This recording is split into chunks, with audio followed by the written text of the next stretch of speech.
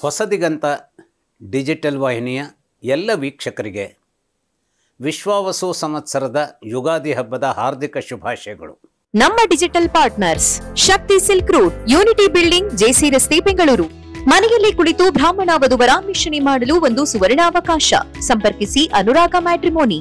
ಜಗತ್ತನ್ನು ನೋಡೋಣ ಬನ್ನಿ, ನಮ್ಮೊಂದಿಗೆ ನಡೆಸಿ ಧಾರ್ಮಿಕ ಯಾತ್ರೆ. ಈ ವಿಶ್ವಾವಸು ಸಂವತ್ಸರದ ಇಡೀ ವರ್ಷದ ಅವಧಿಯಲ್ಲಿ ಗ್ರಹಗಳು, ನಕ್ಷತ್ರಗಳು ಯಾವ ರೀತಿಯಲ್ಲಿ ಕುಂಭರಾಶಿಯ ಒಳಿತಿಗೋ ಕೆಡುಕಿಗೋ ತಮ್ಮದೇ ಆದಂತಹ ದಾರಿಯನ್ನು ಹುಡುಕಿಕೊಳ್ತವೆ ಅನ್ನುವುದರತ್ತ ನಾವು ಸ್ವಲ್ಪ ಚರ್ಚೆ ಮಾಡೋಣ. ಸಹಜವಾಗಿಯೇ ಕುಂಭರಾಶಿಯವರಿಗೆ ಇನ್ನೂ 2.5 ವರ್ಷದ ಶನೈಶ್ಚರನ ಕಾಟದ 7.5 ನಾವೇನು 7.5 ಅಂತ ಹೇಳ್ತೀವಿ, ಆ 7.5 ವರ್ಷಗಳ ಆ ದೀರ್ಘ ಅವಧಿಯ ಶನಿಕಾಟದ ಸಂದರ್ಭದಲ್ಲಿ 5 ವರ್ಷಗಳನ್ನು ಮುಗಿಸಿಕೊಂಡು ಇನ್ನು ಉಳಿದಿರುವಂಥ 2 ವರ್ಷಗಳಿಗೆ ಕುಂಭರಾಶಿ ಶನಿಕಾಟವನ್ನು ಹೊಂದಿರುವಂಥ ದಿನಗಳಾಗಿ ಈ ದಿನಗಳು ನಿಂತ್ಕೊಳ್ತವೆ. ಆದರೆ ಶನೈಶ್ಚರ ವಿಶೇಷವಾಗಿ ಇವರಿಗೆ ಏನು ಅಂತಂದರೆ, ಈ ರಾಶಿಯ ಮನೆಯ ಯಜಮಾನನೇ ಆಗಿರೋದರಿಂದ ಶನೈಶ್ಚರ ಇವರಿಗೆ ದುಷ್ಟನಾಗಿರೋದಿಲ್ಲ. ಆದರೆ ಪರಮಶತ್ರುವಾಗಿ ಚಂದ್ರ ಮಾತ್ರ ಇವರ ಪಾಲಿಗೆ ಖಳನಾಯಕತ್ವವನ್ನು ವಹಿಸ್ತಾನೆ. ಈ ಚಂದ್ರ ಯಾರು ಅಂದರೆ ಇವರ ಛಿದ್ರಸ್ಥಾನ ಅಂದರೆ 6ನೇ ಮನೆಯ ಯಜಮಾನ. 6ನೇ ಮನೆಯ ಯಜಮಾನ ಅಂತ ಹೇಳಿದಾಗ ಅದು ಅನೇಕ ರೀತಿಯ ಒಂದು ಸಂಕೀರ್ಣತೆಯನ್ನು ಅದು ನಿರ್ಮಾಣ ಮಾಡುತ್ತೆ. ಈ 6ನೇ ಮನೆ ಹೇಳುವಂಥದ್ದು ಅನಿರೀಕ್ಷಿತವಾಗಿ ಬರುವಂತಹ ಕಾಯ್ದೆಗಳ ಮೂಲಕವಾದಂತಹ ಪೊಲೀಸ್ ಕೇಸ್ ಅಥವಾ ಕೋರ್ಟ್ ವ್ಯಾಜ್ಯಗಳು ಅಥವಾ ಅನೇಕ ರೀತಿಯ ಶಾಂತವಾಗಿದ್ದಂತಹ ದಿನಗಳು ಯಾರೊಡನೆಯೋ ವಾಗ್ಯುದ್ಧದ ಅಥವಾ ಇನ್ನಿತರ ಯಾವುದೋ ದ್ವೇಷ ಸಾಧಿಸುವಂಥ ರೀತಿಯ ಬೆಳವಣಿಗೆಗಳನ್ನು ಪಡೆದು ಬಿಡಬಹುದಾದಂತಹ ವಿಚಾರಕ್ಕೆ ಹೆಜ್ಜೆ ಇಡಲಿಕ್ಕೆ ಕಾರಣವಾಗಿಬಿಡುತ್ತದೆ. ಹಾಗಾಗಿ ಕುಂಭರಾಶಿಯವರು ಎಚ್ಚರವಾಗಿರಬೇಕಾದಂಥದ್ದೇನು, ತಮ್ಮ ಮಾತಿನ ಮೇಲೆ ಸಂಪೂರ್ಣವಾದಂತಹ ನಿಯಂತ್ರಣವನ್ನು ಹೊಂದಿರಬೇಕು. ಈ ಮಾತು ಅನ್ನುವಂಥದ್ದು ಅನೇಕ ಸಲ ನಮಗೆ ವರದಾನ. ಹೌದು, ಮಾತು ಅನ್ನುವಂಥದ್ದು ಮಾಣಿಕ್ಯ ಅಂತ ತಿಳಿದವರು ಹೇಳ್ತಾರೆ.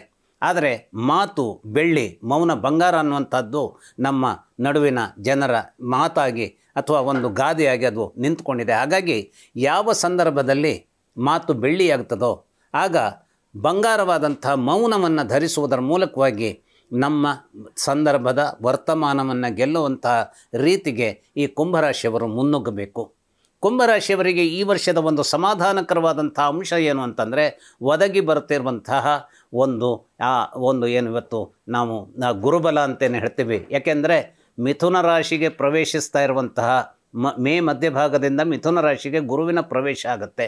ಅಂತಹ ಗುರುಬಲ ಇವರಿಗೆ ಒದಗಿ ಬರುವ ಕಾರಣಕ್ಕಾಗಿ ವಿಶೇಷವಾಗಿ ಮಕ್ಕಳ ಮೂಲಕವಾಗಿ ಅನೇಕ ಸಂತೋಷವನ್ನು, ಕೆಲವು ಸಲ ಏನಾಗುತ್ತೆ ನಮ್ಮದೇ ಆದಂತಹ ಸಂತೋಷವನ್ನು ಶನೈಶ್ಚರನ 7.5 ದಿನಗಳ ಕಾರಣದಿಂದಾಗಿ ನಮಗೆ ಅದನ್ನು ಆನಂದಿಸುವಂತಹ ಒಂದು ಅವಕಾಶ ಸಿಗದೆ ಹೋದರೂ ಕೂಡ ಮಕ್ಕಳು ಅವರವರ ಫೀಲ್ಡ್ನಲ್ಲಿ ಸರಿಯಾದ ರೀತಿಯಲ್ಲಿ ಅವರು ಹೆಜ್ಜೆಯನ್ನು ಇಡ್ತಾ ಇದ್ದಾರೆ ಅನ್ನುವಂಥ ವಿಚಾರ ಏನಾಗುತ್ತೆ, ನಮ್ಮ ಸಂತೋಷದ, ನಮ್ಮ ಸಾರ್ಥಕ್ಯದ ಕ್ಷಣಗಳಾಗಿ ನಿಂತುಕೊಳ್ಳುವಂತಹ ಮಾಯಕ ನಿರ್ಮಾಣವಾಗಿಬಿಡುತ್ತೆ. ಹಾಗಾಗಿ ಮಕ್ಕಳ ಸಂದರ್ಭದಲ್ಲಿ ಅನೇಕ ಒಳಿತುಗಳನ್ನು ನಿರ್ಮಾಣ ಮಾಡಿಕೊಡುವಂತಹ ಒಂದು ಒಳ್ಳೆಯ ಅವಧಿ ಕೂಡ ಈ ವಿಶ್ವಾವಸು ಸಂವತ್ಸರ ಕುಂಭರಾಶಿಯವರಿಗೆ ಸಹಕಾರವನ್ನು ನೀಡುವುದರಲ್ಲಿ ಯಾವುದೇ ಅನುಮಾನಗಳಿಲ್ಲ.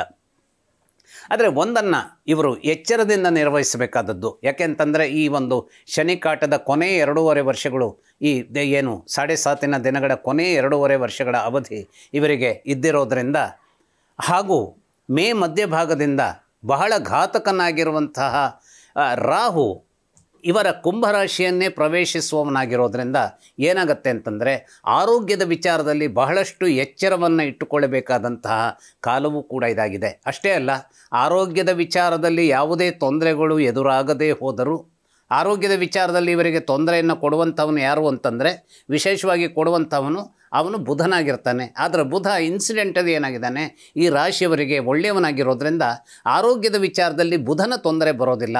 ಆದರೆ ಸರ್ಪದ ತೊಂದರೆ ಇವರಿಗೆ ರಾಹುವಿನ ಮೂಲಕವಾಗಿರೋದ್ರಿಂದ ಆರೋಗ್ಯದ ವಿಚಾರದಲ್ಲಿ ಎಚ್ಚರವನ್ನು ಇಟ್ಕೊಳ್ಬೇಕಾಗುತ್ತೆ. ಹಾಗಾದರೆ ಆರೋಗ್ಯದ ವಿಚಾರದಲ್ಲಿ ಎಚ್ಚರವನ್ನು ನಿರ್ವಹಿಸುವಂತಹದ್ದನ್ನು ಮಾಡಿಕೊಳ್ಳುವಂಥದ್ದನ್ನು ಮಾಡಿ ಆರೋಗ್ಯದ ವಿಚಾರ ತೊಂದರೆ ಆಗಲಿಲ್ಲ ಅಂತಾದರೂ ಕೂಡ ಅನೇಕ ರೀತಿಯ ವರ್ಚಸ್ಸನ್ನು ಹಾಳು ಮಾಡಿಕೊಳ್ಳಬೇಕಾದಂತಹ ರೀತಿಯಲ್ಲಿ ತಮ್ಮ ಹೆಜ್ಜೆಯನ್ನು ಇಡಬಾರದೇ ಹೋದಂತಹದ್ದು ಕೂಡ ಇವರಿಗೆ ಅನಿವಾರ್ಯವಾಗಿರುತ್ತೆ. ಯಾಕೆಂದರೆ ವರ್ಚಸ್ಸಿನ ಮೇಲೆ ದೊಡ್ಡ ಹೊಡೆತವನ್ನು ಕೊಡುವಂತಹ ರೀತಿಯ ಬೆಳವಣಿಗೆಗಳು ನಡೆದು ಬಿಡಬಹುದು. ಹಾಗಾದರೆ ವರ್ಚಸ್ಸು ಅಂದರೆ ಏನು? ನಮ್ಮ ನ್ಯಾಯಯುತವಾದ ಹೆಜ್ಜೆಯನ್ನು ನಾವು ಕಳೆದುಕೊಂಡರೆ, ನಮ್ಮ ಸುಳ್ಳು ಮಾತುಗಳ ಮೂಲಕವಾಗಿ ಏನೋ ಮೋಸವನ್ನು ಮಾಡಲಿಕ್ಕೆ ಹೊರಟರೆ, ಅಥವಾ ಯಾವುದೋ ಒಬ್ಬನನ್ನು ಸೇವ್ ಮಾಡಬೇಕು ಅನ್ನೋದರ ಬಗೆಗೆ ಒಳಿತಲ್ಲದ ದಾರಿಗೆ ನಮ್ಮ ದಾರಿಯನ್ನು ಸೇರಿಸಿಕೊಳ್ಳುವಂತಹ ಒಂದು ಕೆಟ್ಟ ಕ್ಷಣವನ್ನು ನಿರ್ಮಿಸಿಕೊಂಡ್ರೆ ಏನಾಗುತ್ತೆ? ನಾವು ಕಾಪಾಡಿಕೊಂಡು ಬಂದಂತಹ ನಮ್ಮ ವರ್ಚಸ್ಸೇನಾಗುತ್ತೆ? ಅದು ನಾಶವಾಗುವುದರ ಮೂಲಕವಾಗಿ ಜನರ ನಡುವೆ ನಾವು ಅನೇಕರ ಸಲ ಏನಾಗ್ತೇವೆ? ನಮ್ಮದಾದಂಥ ವಿಶ್ವಾಸವನ್ನು ಕಳ್ಕೊಳ್ತೇವೆ.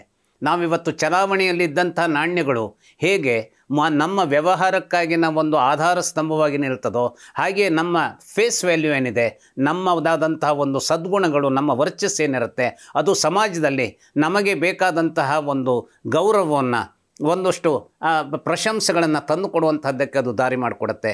ಆದರೆ ಅಂತಹ ವರ್ಚಸ್ಸನ್ನೇ ನಾವು ಕಳೆದುಕೊಂಡ್ವಿ ಅಂತಾದರೆ ಇವತ್ತು ನಾವು ಅನೇಕ ಸಂದರ್ಭಗಳಲ್ಲಿ ಅವಸರದಿಂದ ವರ್ತಿಸುವಂತಹ, ಅದು ಯಾವುದೇ ಫೀಲ್ಡ್ ಇದ್ದಿರಬಹುದು, ಅದು ಸ್ಪೋರ್ಟ್ಸ್ ಇದ್ದಿರಬಹುದು, ರಾಜಕಾರಣ ಇದ್ದಿರಬಹುದು, ಅಥವಾ ಯಾವುದೋ ಒಬ್ಬ ಬ್ಯಾಂಕರ್ನಿದ್ದಿರಬಹುದು, ಅಥವಾ ಯಾವುದೋ ಒಬ್ಬ ಆ್ಯಕ್ಟರ್ ಇರಬಹುದು, ಆ್ಯಕ್ಟ್ರೆಸ್ ಇರಬಹುದು. ನಮ್ಮ ವರ್ಚಸ್ಸು ಯಾವ್ಯಾವ ರೀತಿಯಲ್ಲಿ, ನಮ್ಮ ನೈತಿಕತೆಯೋ, ನಮ್ಮ ಅನ್ಯಾಯದ ಮಾರ್ಗವೋ, ನಮ್ಮ ಹಣದ ಬಗೆಗಾಗಿನ ದುರಾಸೆಯೋ, ಈ ಎಲ್ಲ ಕಾರಣಗಳಿಗಾಗಿ ನಾವು ವರ್ಚಸ್ಸನ್ನು ಕಳ್ಕೊಳ್ತೇವೆ. ಮಾತಿನ ಮೂಲಕವಾಗಿ ನಮ್ಮ ವರ್ಚಸ್ಸನ್ನು ಕಳ್ಕೊಳ್ತೇವೆ. ಹಾಗಾಗಿ ಈ ಎಲ್ಲ ನಿಟ್ಟಿನಲ್ಲಿ ನಾವು ನಮ್ಮ ವರ್ಚಸ್ಸನ್ನು, ಯಾಕೆಂದರೆ ಈ ಇರುವ 2.5 ವರ್ಷ ನಮ್ಮ ವರ್ಚಸ್ಸನ್ನು ಹೇಗೋ ಕಾಪಾಡಿಕೊಂಡ್ವಿ ಅಂತಾದರೆ, ಇದೇ ಶನೈಶ್ಚರ ನಮ್ಮನ್ನು ಇನ್ನಿಷ್ಟು ಮೇಲೆತ್ತುವಂಥದ್ದಕ್ಕೆ ಆ 2.5 ವರ್ಷದ ನಂತರದ ದಿನಗಳಲ್ಲಿ ಅಪೂರ್ವವಾದಂಥ ಒಂದು ಅನುಗ್ರಹದ ಹಸ್ತವನ್ನು, ಆ ಒಂದು ರಕ್ಷೆಯ ಹಸ್ತವನ್ನು ಅವನು ನಮಗೆ ಆಧಾರವಾಗಿ ಸಪೋರ್ಟಾಗಿ ಕೊಡಲಿಕ್ಕೆ ಕಾತರನಾಗಿದ್ದಾನೆ.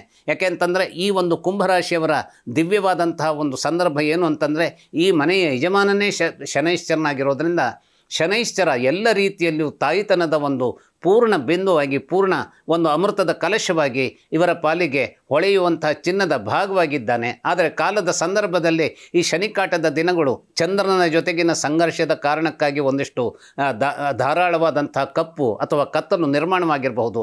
ಆದರೆ ಇದೇ ಕತ್ತಲು ಹೊಸ ಸೂರ್ಯೋದಯಕ್ಕೆ ಕಾರಣವಾಗುವಂಥ ಅಪೂರ್ವವಾದ ಸಿದ್ಧಿಯ ಹೊಸ ದಿನಗಳನ್ನು ಈ ಕುಂಭರಾಶಿಯವರಿಗೆ ತರೋದಕ್ಕೆ ಅದು ವೇಟ್ ಮಾಡ್ತಾ ಇದೆ. ಆ ವೇಟಿಂಗ್ ಏನು ಅಂತಂದರೆ, ಆ ಒಂದು ಶನೈಶ್ಚರನ ಸಿದ್ಧಿಯ ಮೂಲಕವಾಗಿ ನಿರೀಕ್ಷಿಸಬಹುದಾಗಿದೆ. ಶನೈಶ್ಚರನ ಸಿದ್ಧಿ ಸಿಕ್ಕಿತು ಅಂತಾದರೆ ಯಾವುದೇ ಒಬ್ಬ ವ್ಯಕ್ತಿ ಅಗಾಧವಾದಂಥ ಎತ್ತರವನ್ನು ಜೀವನದಲ್ಲಿ ಮೇರೇರಲಿಕ್ಕೆ ಸಾಧ್ಯತೆಗಳನ್ನು ಕಂಡುಕೊಳ್ಬಹುದು. ಇವತ್ತು ನಾವು ಅಮಿತಾಬ್ ಬಚ್ಚನ್ ವಿಚಾರದಲ್ಲಿ ಮಾತನಾಡುವಂಥದ್ದಾದರೆ, ಅಮಿತಾಬ್ ಬಚ್ಚನ್ನ ಸಂದರ್ಭದ ಎಲ್ಲ ರೀತಿಯ ಒಳಿತುಗಳು ಒದಗಿ ಬಂದಂಥದ್ದು ಶನೈಶ್ಚರನಿಂದ ಅನ್ನುವಂಥದ್ದನ್ನು ಅರ್ಥ ಮಾಡಿಕೊಳ್ಬೇಕು. ಹಾಗಾಗಿ ಶನೈಶ್ಚರ ಏನನ್ನು ಕೊಡಬಹುದು, ನಾವು ಏನು ತಿಳ್ಕೊಳ್ತೀವಿ, ಎಲ್ಲದನ್ನು ಕಳೆಯುವಂಥವನು ಶನೈಶ್ಚರ ಅಂತ. ಆದರೆ ಅವನೇ ಧಾರಾಳಿಯಾದಾಗ ಎಲ್ಲವನ್ನು ಕೊಡುವಂಥದ್ದು ಅಂದರೆ ಏನು?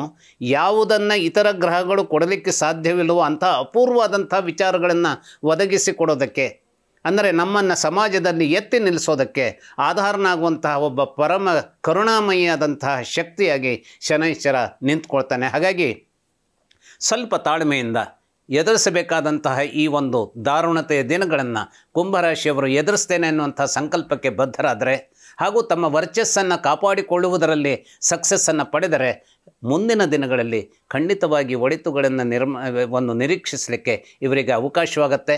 ಈ ಕುಂಭರಾಶಿ ಅನ್ನುವಂಥದ್ದೇನಿದೆ, ಸುವರ್ಣದ ಆ ಒಡವೆಗಳ, ಅಂದರೆ ಈ ಒಂದು ಕುಂಭದಲ್ಲಿ ಒಡವೆಗಳು ಅಥವಾ ನಮಗೆ ಬೇಕಾದಂಥ ಅಮೃತವೋ ತುಂಬಿಕೊಂಡಿದ್ದರೆ ಆ ಕುಂಭವೇ ಅಮೃತ ಕಲಶವಾಗಿಯೇ ಅದು ಪರಿವರ್ತನೆಗೊಳ್ಳುತ್ತೆ. ಹಾಗಾಗಿ ಅಮೃತ ಕಲಶ ನಿರ್ಮಾಣವಾಗುವುದರ ಬಗೆಗೆ ಬೇಕಾದಂತಹ ಶಾಂತವಾದ ಮನಸ್ಸನ್ನು ಹಾಗೂ ತಾಳ್ಮೆಯನ್ನು ಇವರು ಹೊಂದಿರಬೇಕು. ಖಂಡಿತವಾಗಿ ಒಳಿತಾಗತ್ತೆ. ನಮಸ್ಕಾರ.